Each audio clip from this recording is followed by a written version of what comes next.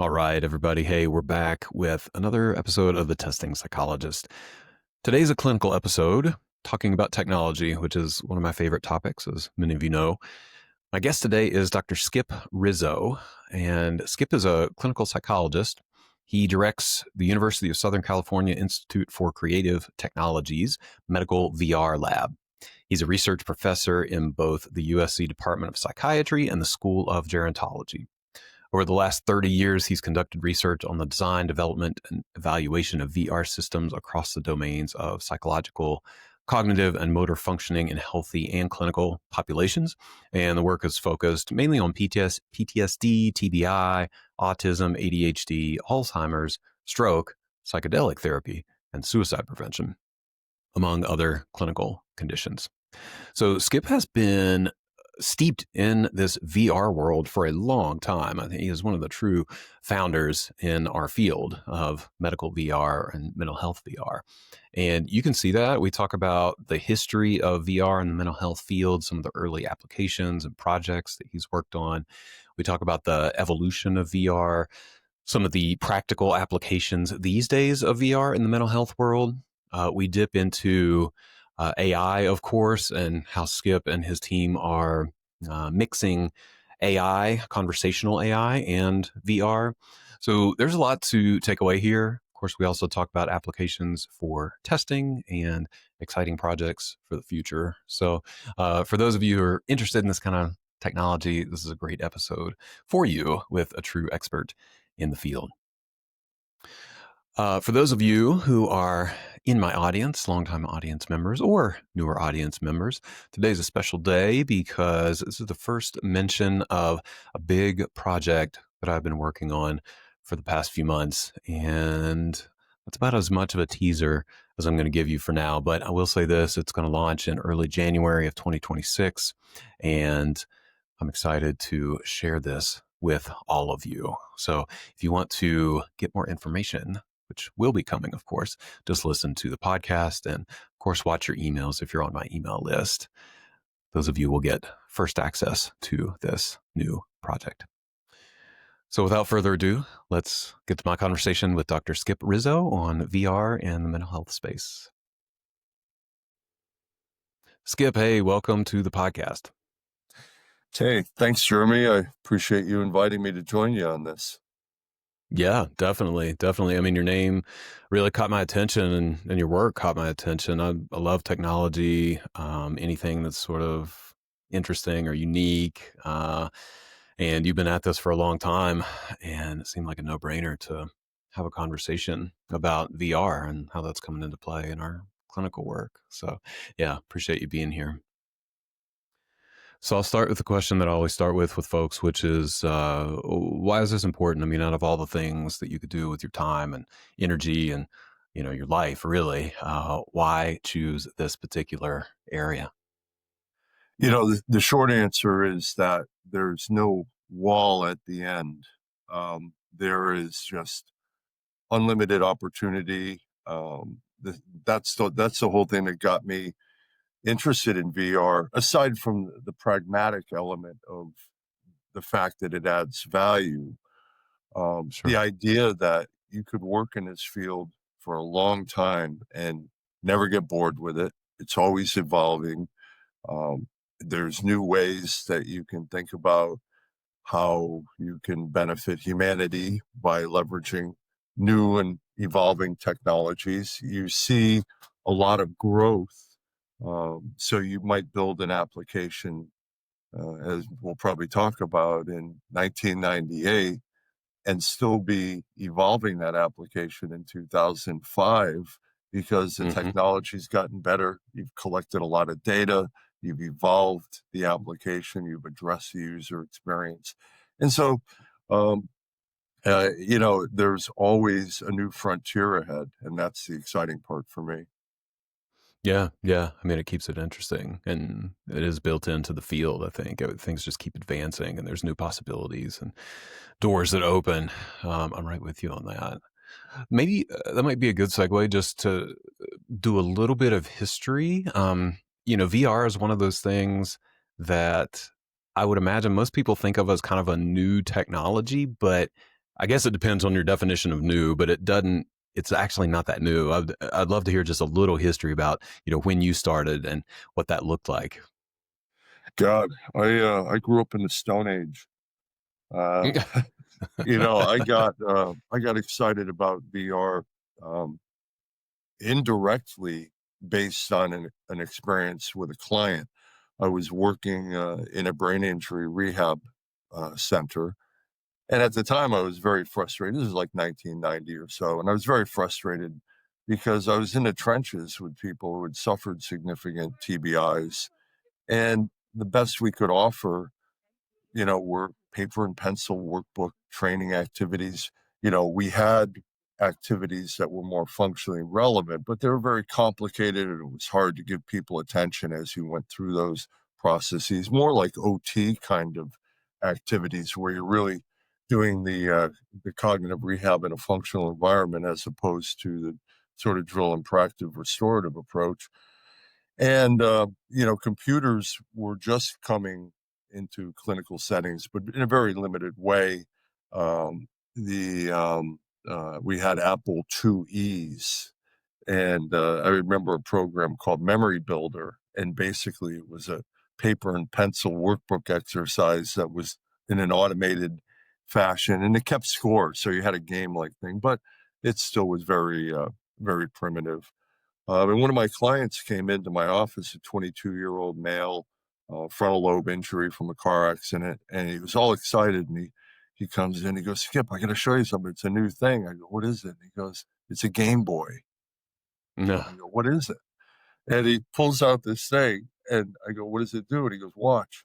And I watched him for 20 minutes, glued to this thing, playing Hmm. Tetris. Not only Hmm. had he become a Tetris warlord from playing this damn thing for so long, but this is a kid I had a hard time motivating for more than 5 or 10 minutes on any of the traditional rehab activities that we were doing at the center. And here he was glued to this thing. And I said, if we could bottle that, if we could take that type of game-based activity, I started exploring that. And if we could do that, we would have something in rehab. And just by luck, my mom bought me, I was an old man at the time, but she bought me a Nintendo NES system and the Nice. early Nintendo Uh-huh. system. And what came with it was a game called Sim City. I don't know if you Hmm. ever played that, but that is one of the Oh yeah. ultimate executive function activities. I mean, you're going Hmm. in and you're building a city, you're making choices, you're implementing a strategy, you're initiating, you're monitoring it, time evolves, you can adjust time to speed up. So in 1 hour, it's like 20 years in the growth of the city, all these things that really are, pure executive function. And I brought that in and my high functioning clients loved it because they could learn the interface, the gamepad. There was a lot of complicated combinations of pressing a 1991 gamepad in order to make all these complicated things happen. But once they learned it, they loved it. We built exercises around it and stuff. Um, but, it was still limited. The interface was the limiting factor there. And Hmm. then I heard a report on VR, Jaron Lanier, one of the godfathers of VR, and he was in Japan at a department store, and he had a VR setup there where you could put on a headset and put on data gloves, and you could design your own kitchen. So you could pick a refrigerator, pick a stove, whatever, and move them around using your hands and look around. And when you finally got it right, picked the right colors and imagined it, visualized it, the all the equipment would get delivered to your house and your new kitchen would arrive. And I thought about that and I thought, Jesus, that's a functional environment. What if we could do the kinds of restorative training, drill and practice, but in the context of a functionally relevant environment, and we could gamify some of that. And that was the whole idea. The next day, I went into work and I told my boss, after hearing that episode on NPR, I went to a bookstore and bought a book on VR. I was glued to it all night. And I went in the next day and said, I think there's something here.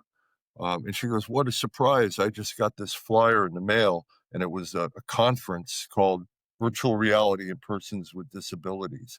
And she goes, "If you want, we have some money. We can send you to this event in San Francisco." And it's like, "Yeah, I'm all in." And I That's went, great. and nobody was doing cognitive assessment or rehab. Um, Most people were starting to think about exposure therapy because that was the lowest hanging fruit at the time. And I met a lot of people, and some people that I met, particularly this fellow Walter Greenleaf, I'm still buddies with today. And it's Mhm. like a community that evolved from way back then. Anyway, I came back all excited, wrote a paper on this describing the application of VR, why it added value to what we were doing in neuropsychology. And it got accepted. I went back to the conference the next year. And then at that point, I was hooked. And I realized I wasn't going to be able to do it in my clinical setting because the technology was still expensive, complicated, primitive. You needed a programmer, devoted. So I ended up making a hard choice, but I ended up taking a postdoc at USC in the Alzheimer's Center, something relevant to my training. But it was mainly because it was across the street from the computer science department, and I ended up doing my day work and then going over and cold calling, knocking on doors, looking up people that had VR in their biography, or an interest in it. Finally, one guy said, "Hey, I know somebody with some equipment. We can get you a student programmer. Let's try this. This makes sense. This is a novel idea." And I was showing some mental rotation thing. I had a bunch of blocks glued together and how we could use 3D visualization. And so that was the start of it. And from that point on, had access to programmers, access to equipment, access to people that were a heck of a lot smarter than I was. And I remember telling my girlfriend at the time, God, I was at this meeting and I was like the dumbest person in the room. And she goes, "Well, do they want to work on your idea?" And I go, "Yeah." It goes, "What do you care?" you know, Mhm. Mhm. you're lucky to have people that are smart, that are engaged. Anyway, that's a long story, but I that is the evolution of it in the sense that once you have that spark, then it just took off from there. There was no, it's like the old saying, if you want to make God laugh, tell her your plans.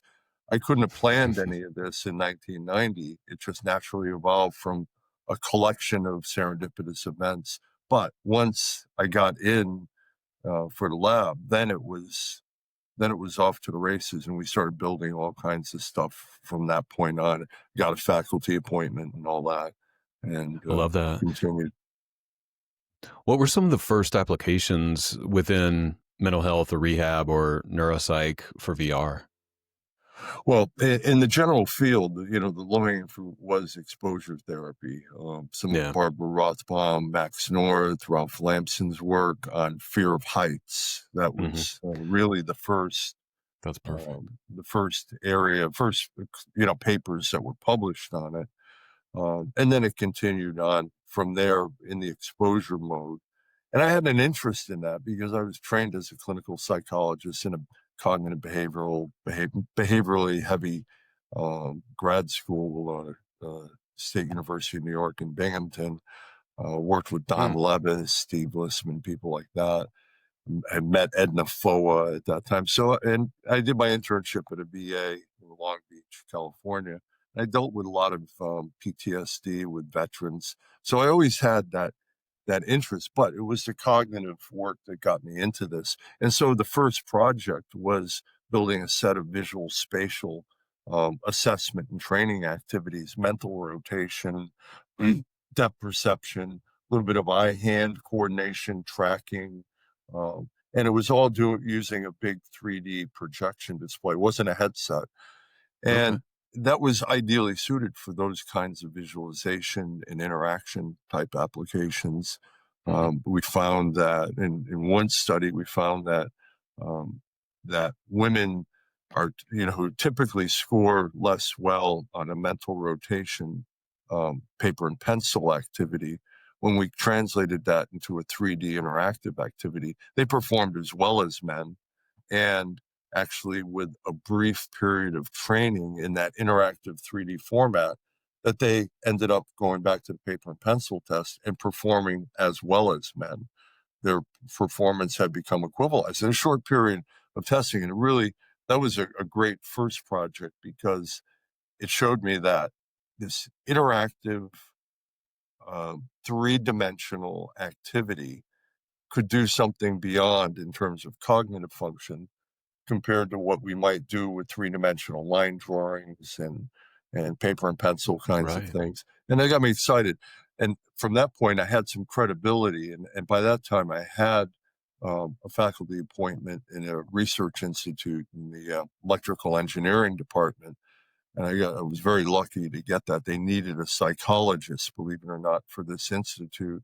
It was an Okay. NSF institute. They needed a psychologist. They needed a human factors psychologist. And because of my technical work in the VR, I could masquerade a little bit as a human factors psychologist. And I mean, it's basic human research methodology, but within a certain domain.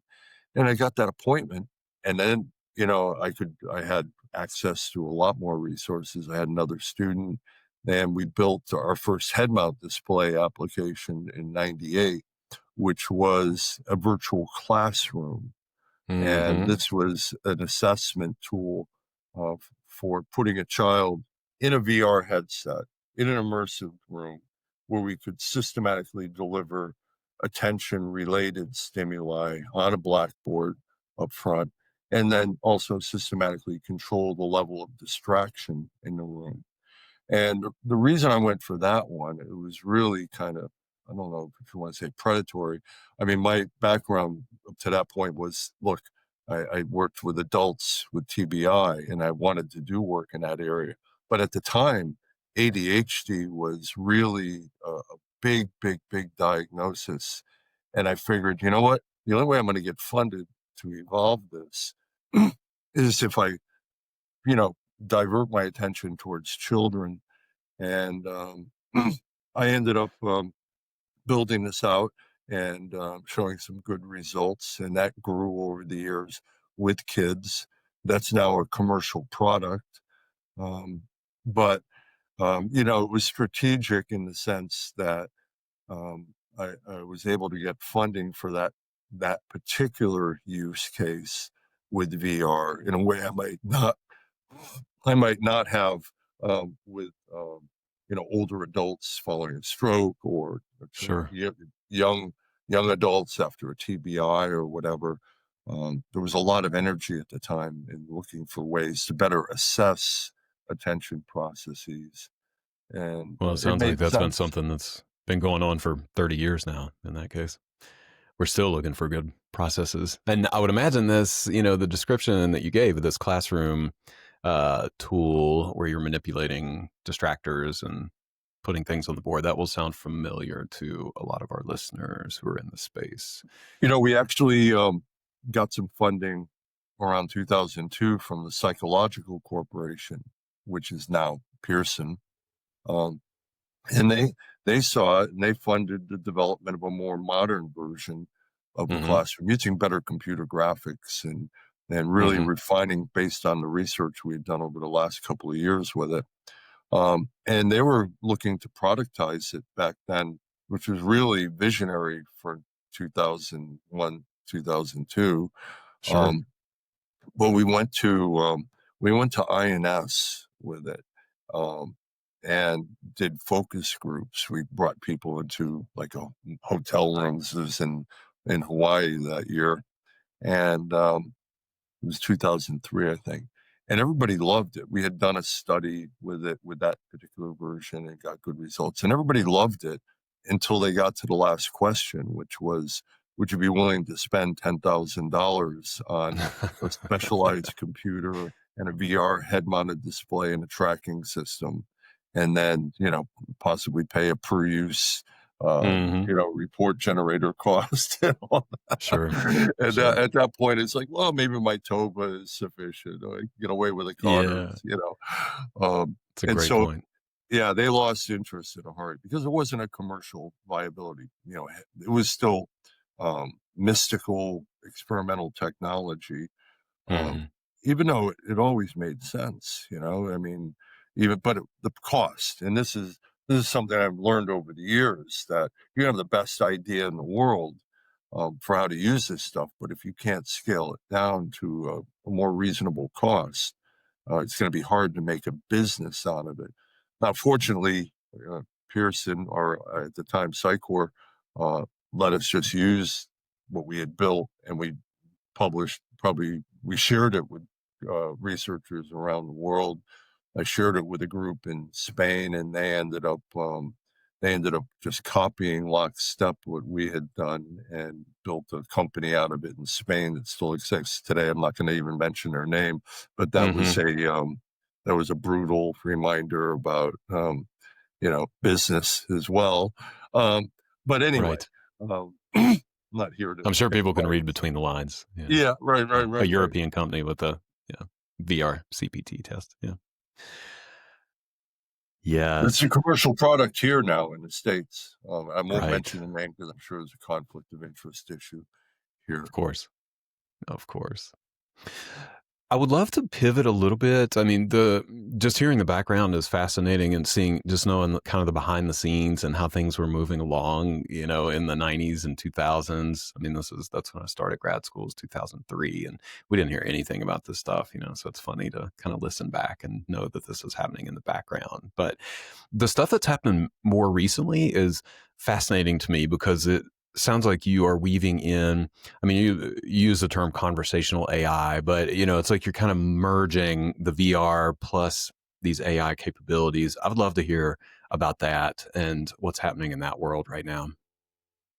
Well, the big buzzword, of course, with everybody is AI, and everybody's got an opinion, whether it's, this is going to be a helpful technology for the future, or this is the worst demon.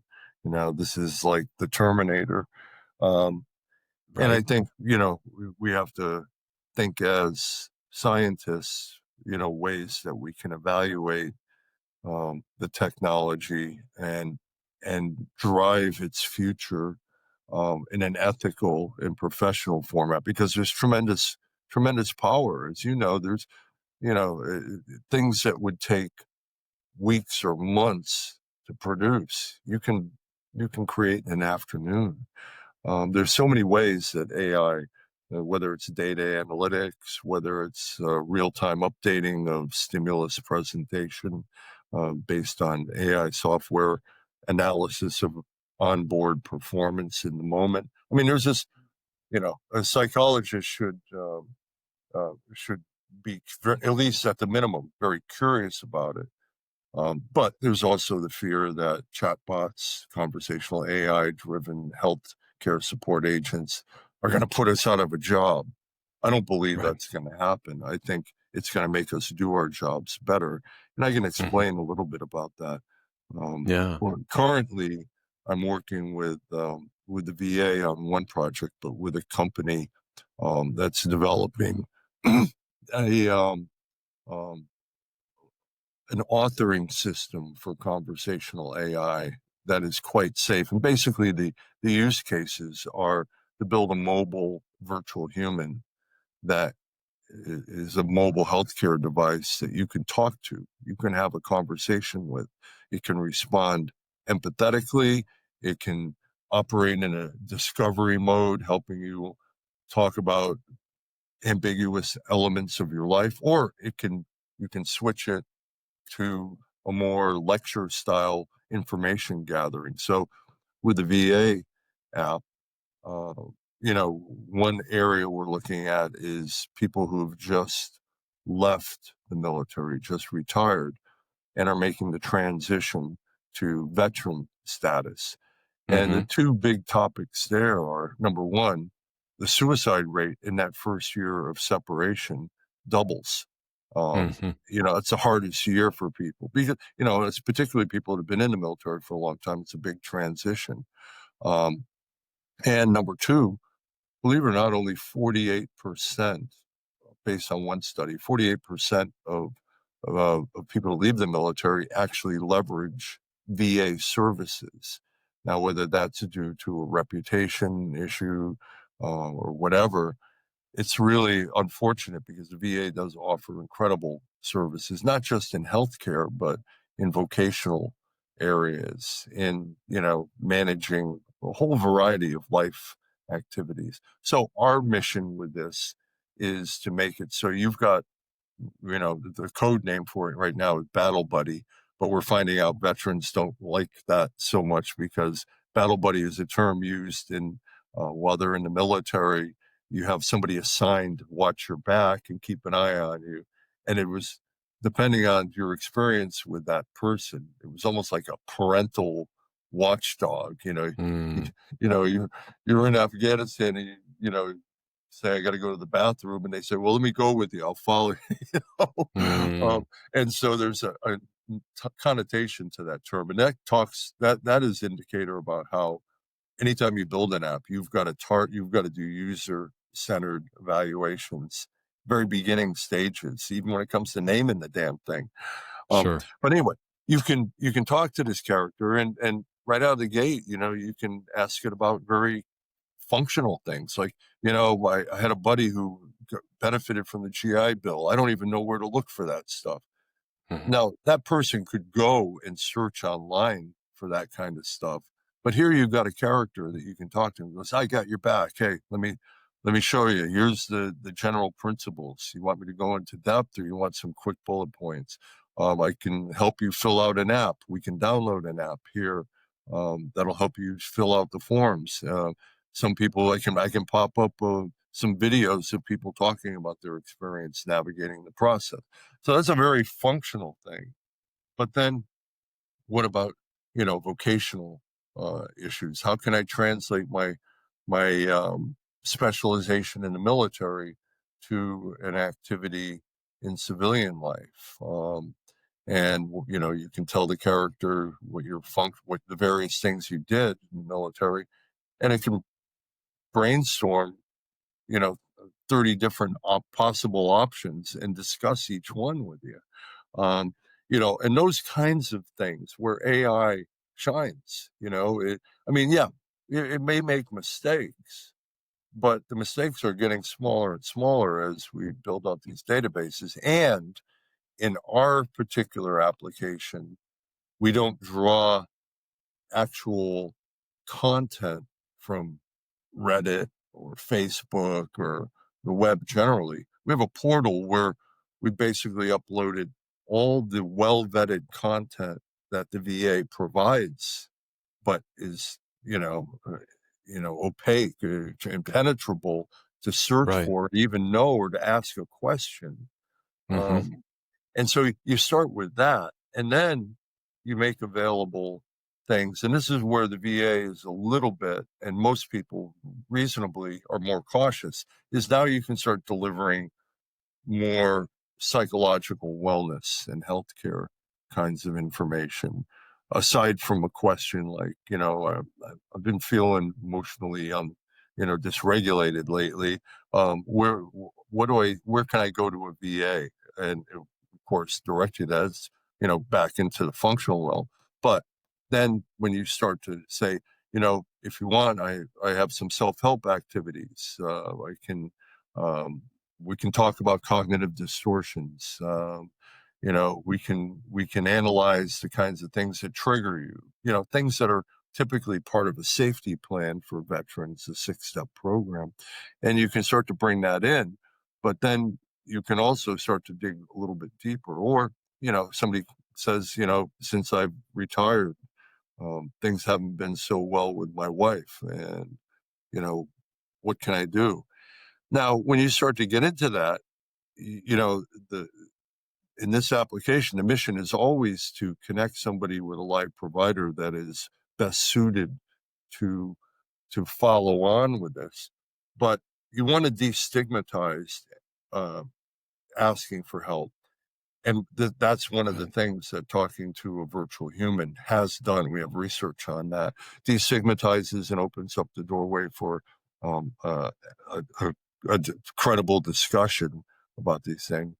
Um, but Yeah. you want to, you want to inure somebody towards, the idea that seeking help isn't a sign of weakness. It can be a way to amplify your assets and so on. Um, Of but course. that's where the questions come in, about how far can this go? And is the AI going to give you good information? And what if the person starts off by saying, can you show me how to tie a noose? I'm curious. I've always been curious about that. And, and if the character was to say, "Oh yeah, here's a website that shows different ways," you know, Hmm.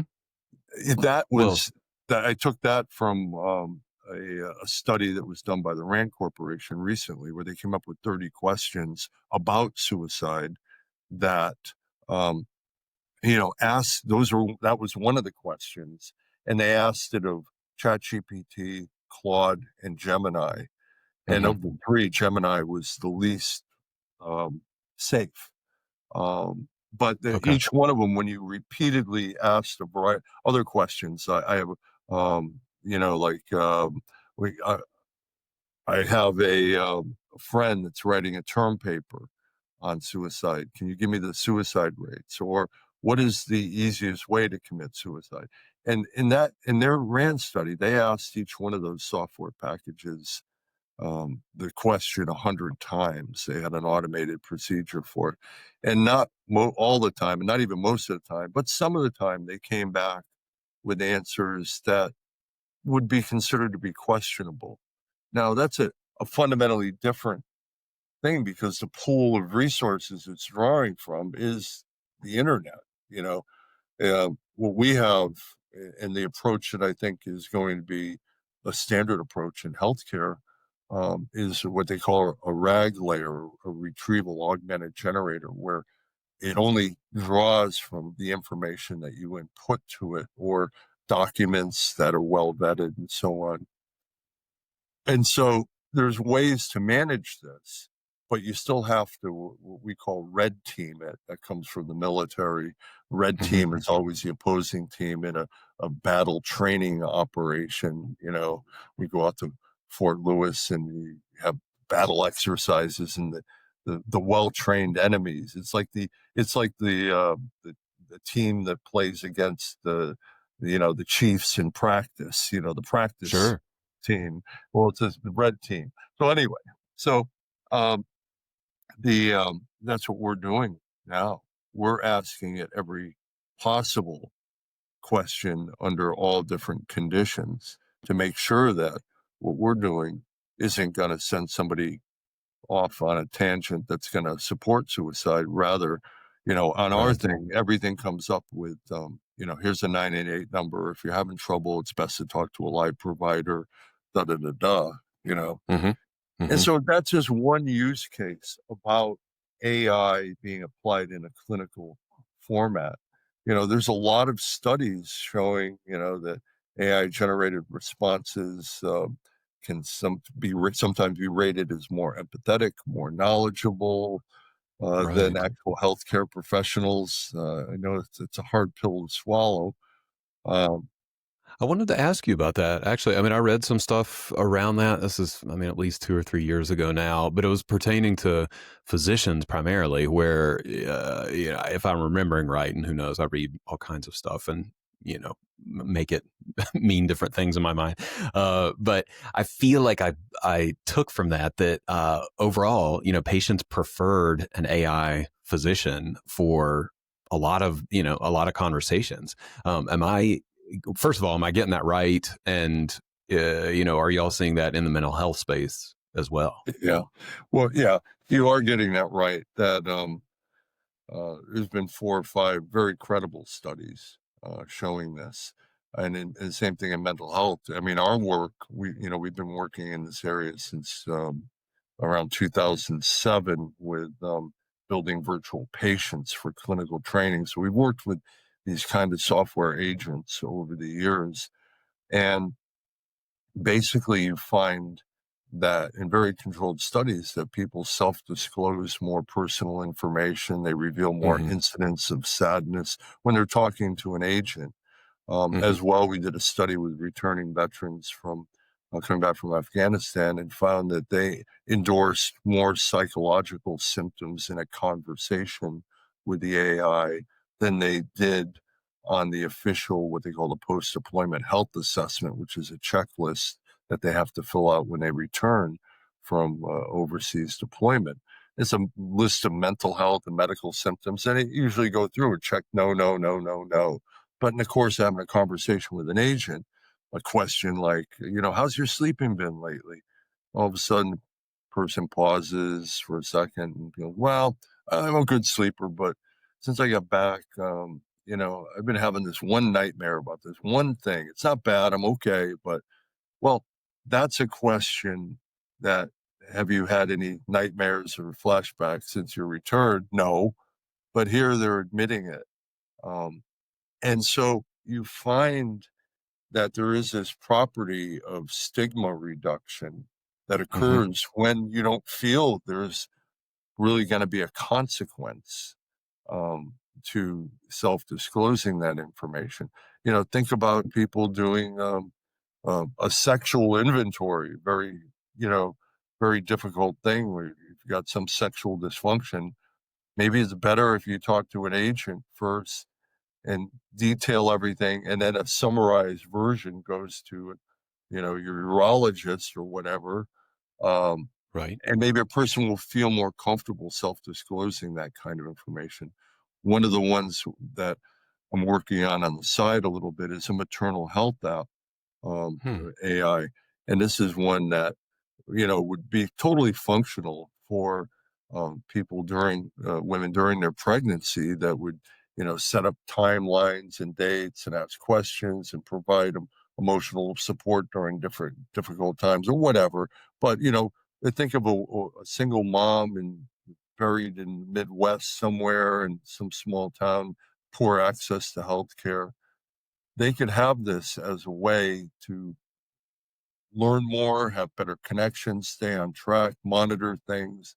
And, and then after they give birth, if they run into difficulty, like 1 in 4 or 5 women typically do with postpartum issues, that software agent has knowledge of that person during the whole pregnancy or the time that they're interacting. And so they've already got a baseline of what what were the issues during that? And now the character can engage the person in dialogue, really talking about destigmatizing this and that there's no shame in this. This is a medical condition. You need to talk to a person. Here's a list of providers in your area. Here are some of the conditions if you want to learn about it. I mean, this is a highly stigmatizing thing. A lot of mothers don't don't tell their husband or even their mom what they're going through because the idea that they're Right. detached from their baby, that is like, oh, that's the worst maternal sin of all. So if you make it so somebody can feel comfortable exploring and learning about this stuff with the motive to provide the best options for awareness and access to live professional care, that might be a solution. That's where I think the real power of this technology comes in. Sure. Yeah. There's so much to dig into here. It's hard to Well, we can decide have another which talk in a direction few to go. months. What? Okay. Hey, I will always take you up on that invitation. Yeah. So maybe this is just part one, but I think maybe that's a good time just to maybe zero in on your feelings around AI. I mean, it seems like you're kind of an optimist at this point. Is that a strong statement, or would that be fair? I'm an optimist, a cautious optimist, yes. Cautious optimist. I like that. I like that. Yeah. Yeah. When you signed up, for the interview, I always ask people this question of, something like, what could we talk about that would be interesting or unique or fun that you don't get to talk about very often? And you submitted this quote from Paul Meal, which was fascinating to me. I'll read it and then I want you to riff on it and then see where we go. So the quote, this is from Paul Meal. I think a lot of folks will recognize that name. It would be strange and embarrassing if clinical psychologists, supposedly sophisticated methodologically and quantitatively trained, were to lag behind internal medicine, investment analysis, and factory operations control and accepting the computer revolution. This is from 1987. It could have been said yesterday as well. So, yeah, take this and go wherever you'd like. That, I stumbled onto that quote probably around 1999, and it was like, oh, this is what I'm trying to say, but I don't have the stature of Paul Beal. Um, Right. you know, it, it's see, I used to have a slide in my talks that I would end with and say, this is a psychologist's dream. The idea of being able to develop simulations of environments and systematically control stimuli and measure performance within those environments. And now I have a Right. slide in the beginning of my talk and where I talk about it as, just like an aircraft simulator tests and train piloting ability, we can test, train, teach, and treat human function in similar simulations in VR. And it is the ultimate Skinner box. And so all these thoughts kind of go in line that psychologists, this is what we've dreamed about, whether we know it or not. I mean, we try to do it in our research. We try to create experiences in our therapeutic settings. We certainly create test experiences in our assessment roles that are systematic and controllable. But the technology has always limited. There's been that wall, that I talked about in the beginning. There's always been that wall. And this technology, if you get over your fear that it's going to replace you or that it's going to, as I've heard with the PTSD work, re-traumatize people, Mm, you know, um, if you look at it from the point of view as you're a trained professional, you've got all the skills to monitor and prevent re-traumatization. You've got all the skills to know how to interpret a test score, but when that test score occurs in a functional environment, whether it's a virtual office or a classroom, um, and you have this is what you live for. You live for this systematic control of experiences. Same thing with an experience in a therapy setting. I mean, across all disciplines of therapy, you're talking about creating an experience when you're with the client to get them to either confront their fear, to talk about things that they haven't talked to anyone about, and to help them process that information, to explore new options. But it just goes on and on and on. But right. we're in the business of creating experiences for different purposes. These technologies give us another tool in our toolbox, but Hmm. we're the experts. We're the ones that say, let's put you in this environment and talk about what you're feeling as you're confronted by someone that looks like a childhood bully that you've described that still haunts you to this day. You know, uh, uh, to be able to have that power to bring up old stuff or to bring up things that people are fearful in the future and how they might deal with it. Or people have done things in substance abuse where they scan the person's face and they don't even need immersive VR for this, but they Hmm. can show you what your face is going to look like in 20 years, if you don't cut down on It's your terrifying. drinking or Yeah. whatever, you Oh my gosh. versus, a more healthy lifestyle. Maybe does that always work with everyone? No, but you have that power to do these kinds of things using simulation technology. I used to say, I remember I was at a year 2000 AP American Psychological Association convention, and I was doing a talk on the future of VR, and Mm, I can see people kind of shaking their head. And I go, look, I know this is new, but think about this. When you're flying home from this convention, would you rather that your pilot was trained in an aircraft simulator for how to deal with wind shear, fog landings, equipment failure? Would you rather they learned it out of a book or a death by PowerPoint lecture or on the mhm. job training? Um, and that was always a metaphor that, you know, now we have this capability, and particularly now, maybe not in those days as much, but now it's low cost and there's a lot of content out there. The technology's caught up with the vision, and we have the science to support areas where there is high potential for benefit. Um, and so That's amazing. that Paul Meal kind of inspired that thinking, like, why aren't we on the cutting edge of this? Why aren't we adopting this? I love that. I love that. I mean, I think we share that. I'm pretty optimistic about AI as well, cautiously optimistic. I mean, there are many concerns, of course, but You're developing um, some great work. I don't know if the focus of this is to talk about your area, but I admire what you've done in the test report stuff area. But it's up to you whether y- you want to talk about it on your own podcast. no, I mean, it's fair to mention. Yeah, I mean, I can't claim any expertise in the VR realm, but yeah, we've been working with AI in report writing, of course, for, I don't mean, over 5 years now. And, there are so many challenges, but it's super powerful and enough to, keep me pretty optimistic about it. That's for sure. Report writing is the bane of every neuropsychologist's experience. Right. That's I what I mean, keep hearing.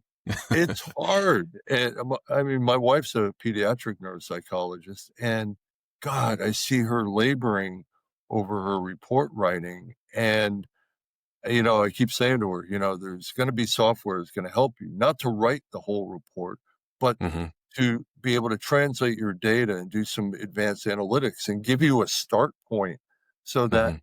it becomes efficient. And you can challenge it. I mean, maybe the AI doesn't generate the outcome that you saw in the behavioral elements of your interaction with the client, then you go in and you change that. But Hmm. making report writing more efficient, I don't know how you can argue with that. Well, there are plenty of people that argue with it. I will tell you that. I mean, What's you their probably gripe? run into this, like even in the VR space. I think there's a lot of, uh, I mean, probably some ego, probably some fear. Those are related, and some other factors. The folks are like, "Oh my gosh, if I rely on these tools to do this work for me, then what's my value? Or it's not going to be as good as I am, or I'm going to be out of a job, or the client's going to get mad because they think I'm cheating, quote unquote. So I don't know. There's a lot of those feelings that pop up in my discussions with Well, clinicians, right? and those are rational concerns by people, um, and I don't want to say Sure. by people that don't understand fully how you can leverage the technology and still maintain your soul. Um, It's a good way to put but it. Yeah. you know, each one of those points, I think you can address, and the problem is people see the world in dichotomies, unfortunately, and they see human versus AI, when in Hmm. reality it's human versus human with AI. Hmm. And it's a Exactly. tool. I mean, come on, are we going to say that photocopiers, you know, led to a de-evolution of our typing skills because we didn't have to type reports multiple times, Hmm. or I mean, that's crazy. There's so many Um, examples like that. yeah, Yeah. yeah, yeah. I'm with you. I'm with you. Well, I I think you're know. doing good work. And good luck Well, thanks. with Thanks. that. Likewise. Yeah. I mean, see, I'm fascinated by the this to me is kind of like the next level component where you're making it's like coming to life more, where it's virtual reality, it's built into the name, but then even these avatars, in clinical use cases are You know, fascinating. let me tell you about another use case for Sure. AI that might be more palatable for folks and a toe in the water one. And this is work that we did without AI early on, Mm-hmm. building virtual patients for clinical Mm-hmm. training. Mm-hmm. And these are 3D graphic characters. And the first ones in 2007 were very primitive. They didn't have a lot of, complex gestures, nuances in the face, and all that. Mm-hmm. Um, but we found even with primitive characters, and our first one was a teenage male, resistant client, which was an easy one because they don't talk that much. They talk in stereotypic Right. terms. You know, they Yeah. don't want to be there. And so we built a whole case around the parents found pot in the kid's room and making them go see a shrink, that kind of thing. And we had people practice how they would try to get the kid to, talk about things of relevance. And the character had about, maybe 200 utterances that it could rely on. But the types of questions we got typically from clinicians practicing or students practicing probably leveraged probably 40 or 50 responses at the most. Um, and that was the initial stage. Then we actually got a grant and built a sexual trauma patient and tested it with medical psychiatry residents, students up at USC, where again the character was very primitive, um, Mhm. but these psychiatry students, we've got videos of them. At first, they're kind of looking at this character like, and then when she starts to say, "Well, I don't want to go to school anymore, and I'm just happy in my room listening to my iPod." Then they got to pull out their clinical chops, and all they had was an index card with a referral question.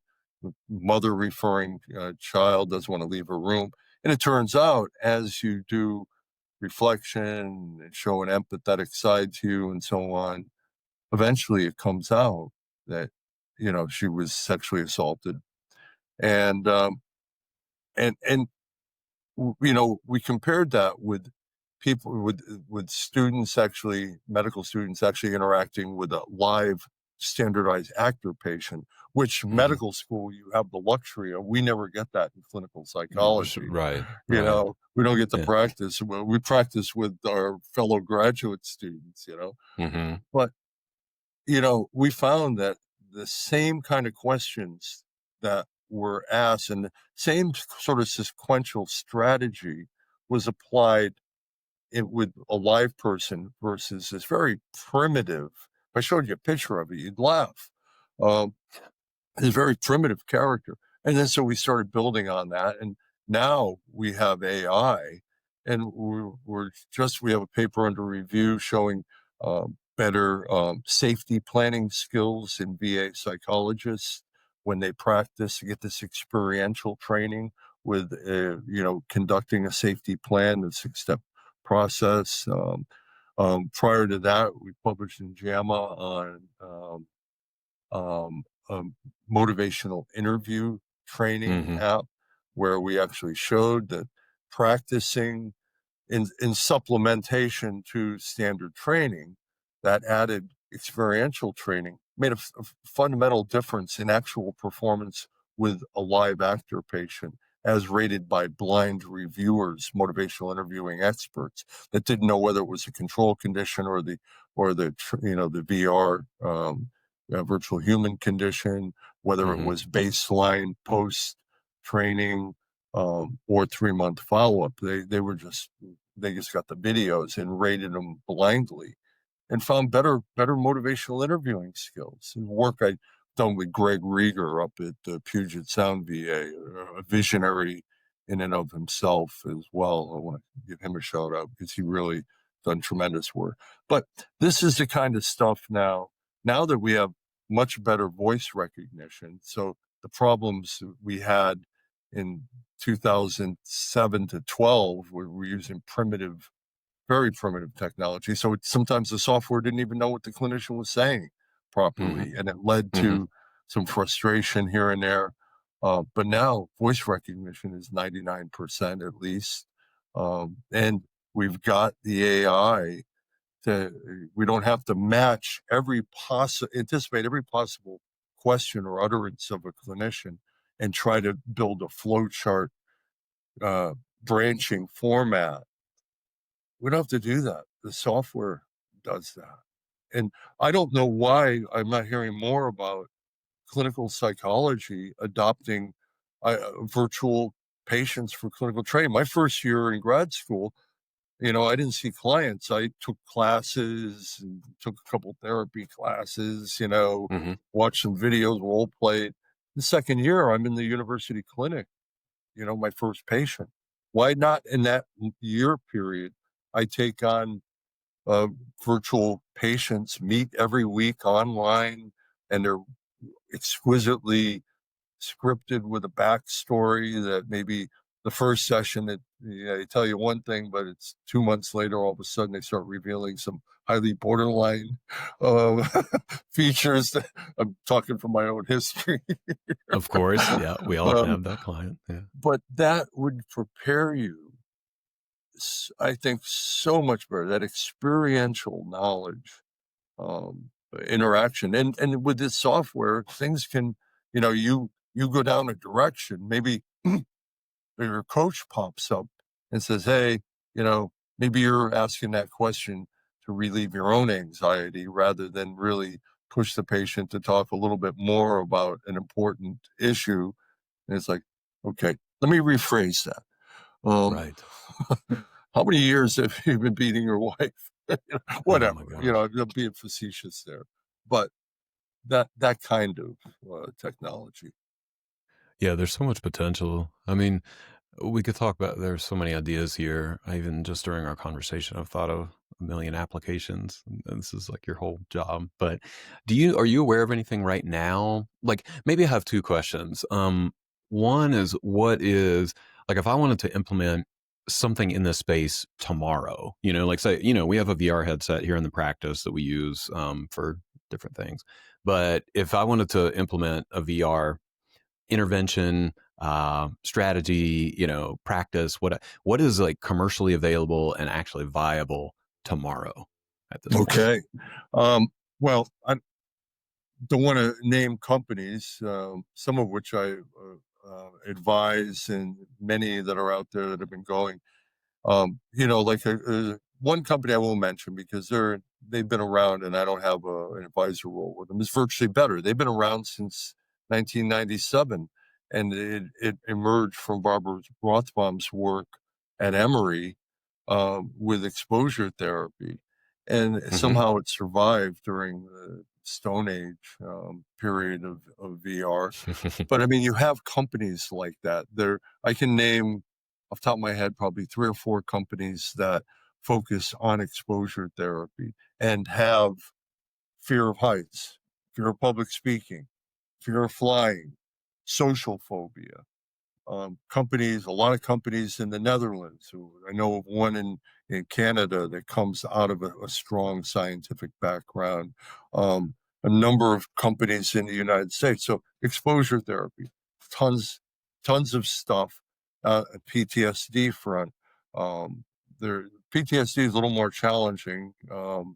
There's a lot you've got to build. You got to build highly customizable and diverse content depending on the trauma. Of Um, course. but there are things that are out there for that.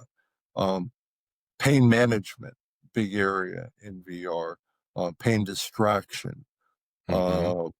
For acutely painful medical procedures.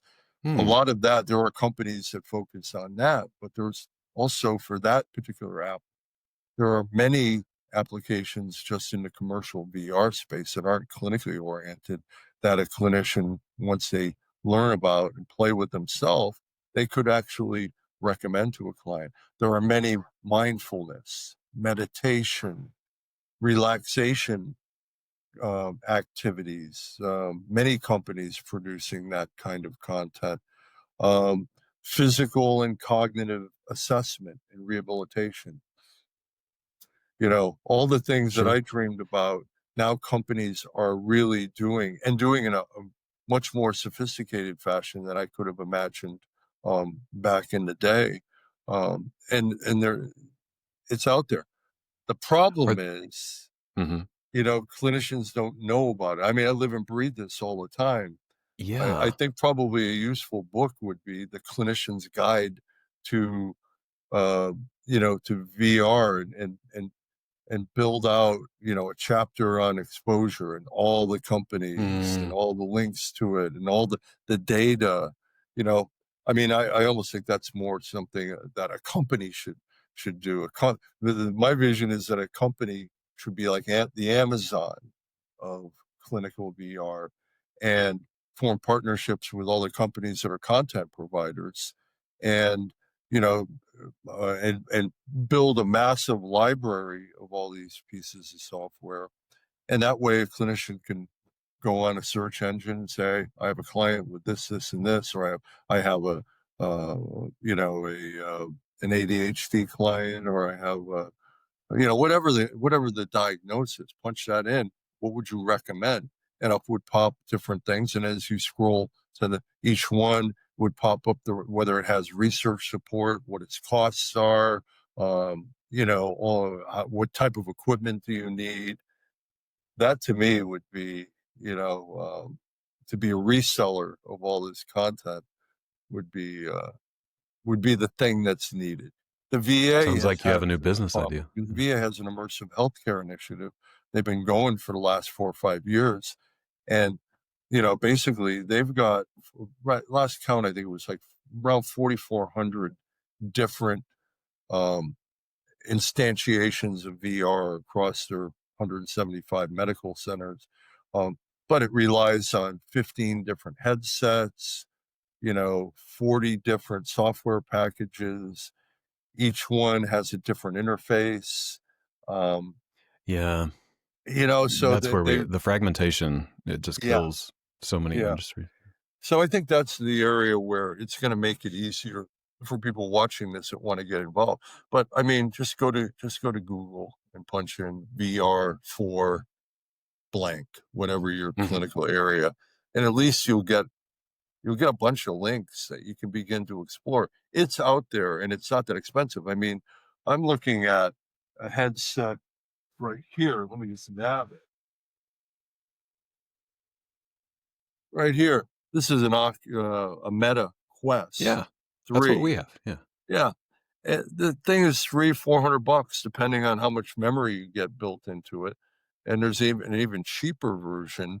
But it is a tremendous piece of equipment. There's a number of companies, HTC, um, Pico, all that.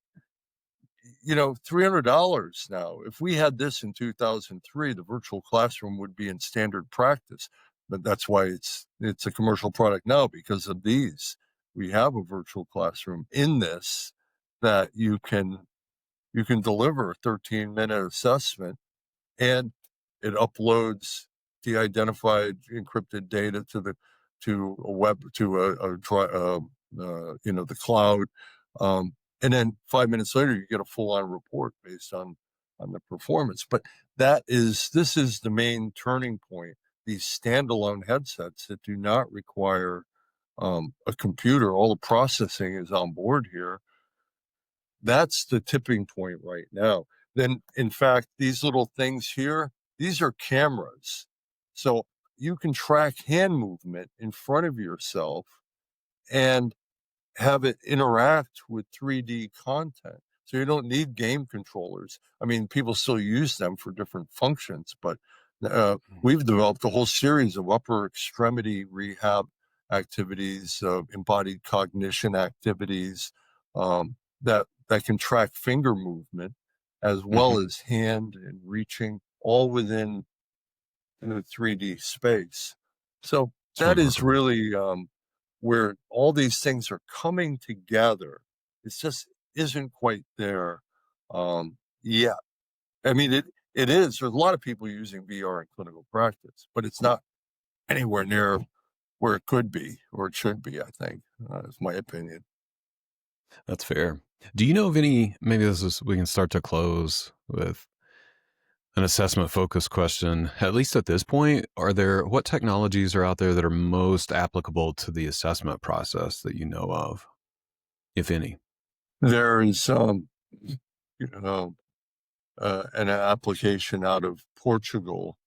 Um, I won't say the company name, but the product name is CogniClear, and it's basically like a mini mental or a Montreal type assessment Mhm. of cognitive function that Takes about 20 minutes in the headset where you're interacting with standard neuropsychological content that's used to assess, pick up markers for early dementia. Um, and it's a very sophisticated kind of a program um, that, it tests all the things that you can test in those types of traditional formats, but then also gets response times and manner of process. You do trial and error on some of this stuff. Eye-hand coordination on top of everything else. Yeah. And I think that's a good one. There are a number of other companies that have built out cognitive assessment tasks. There's still stuff that's coming out of academics, um, that are coming out of research labs. You just have to look for it. But executive function Mm. tasks, that was a second area that emerged in clinical VR after the exposure stuff. Everybody got that cognitive assessment and rehab.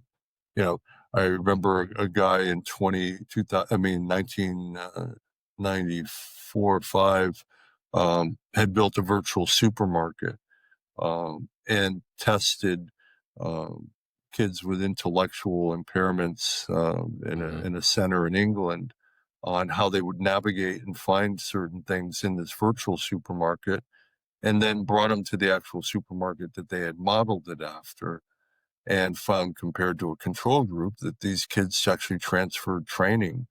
They're teenagers and transferred training to the real world. And in England, there were a number of groups that did route navigation versus landmark recognition memory in a virtual home or building.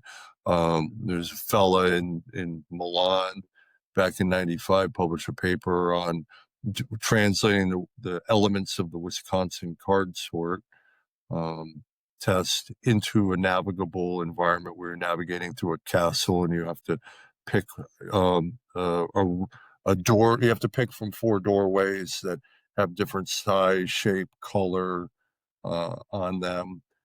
Trying to make probably the Wisconsin card sort is probably the most annoying test to somebody that doesn't know what it, to patients. It is, it's like, Oh, it's wrong. so What do you bad. mean wrong? It was right on the last one. So you got a frustration factor going on when you administer that test of alleged executive function. Um, but here they were making it like a navigation task in a magic castle kind of a thing.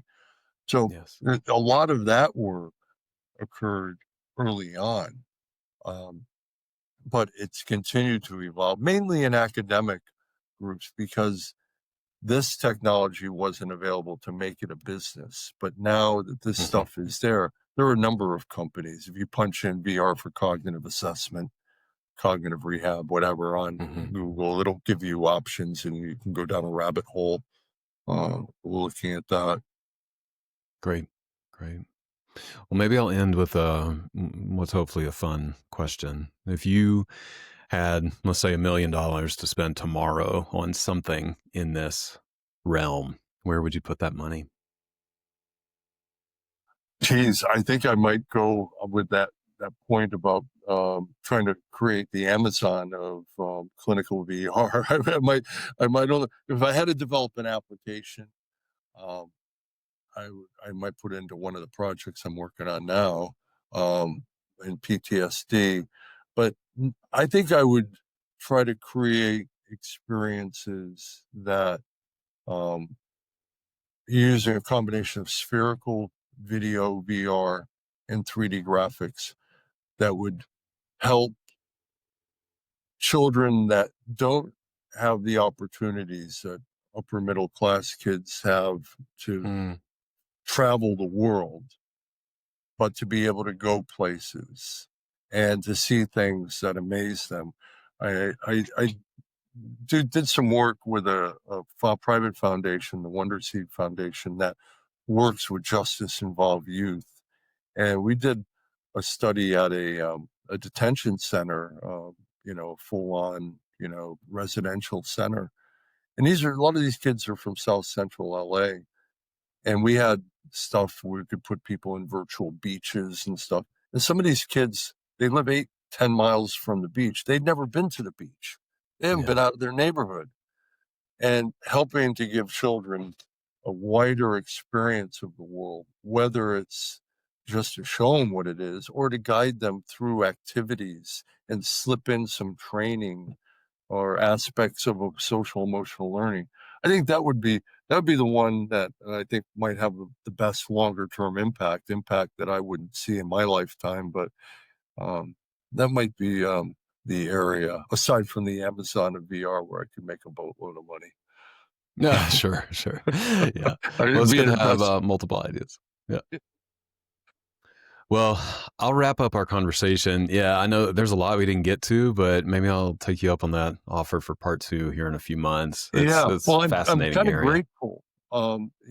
We didn't talk at all about the PTSD work, which is the Mm. thing most people associate me with that work. Mm. That's the most visible work, and it's a relief not to talk about that stuff today. So we'll come back in the future and maybe talk about that. That's fair. Well, I'm glad to hear that. Yeah. Yeah. Yeah. I really appreciate your time. This is really cool. And it's great to talk to somebody who's been in it for so long and, you know everything about it. And that's a gift. So thanks for being here. My pleasure. Looking forward to the next one.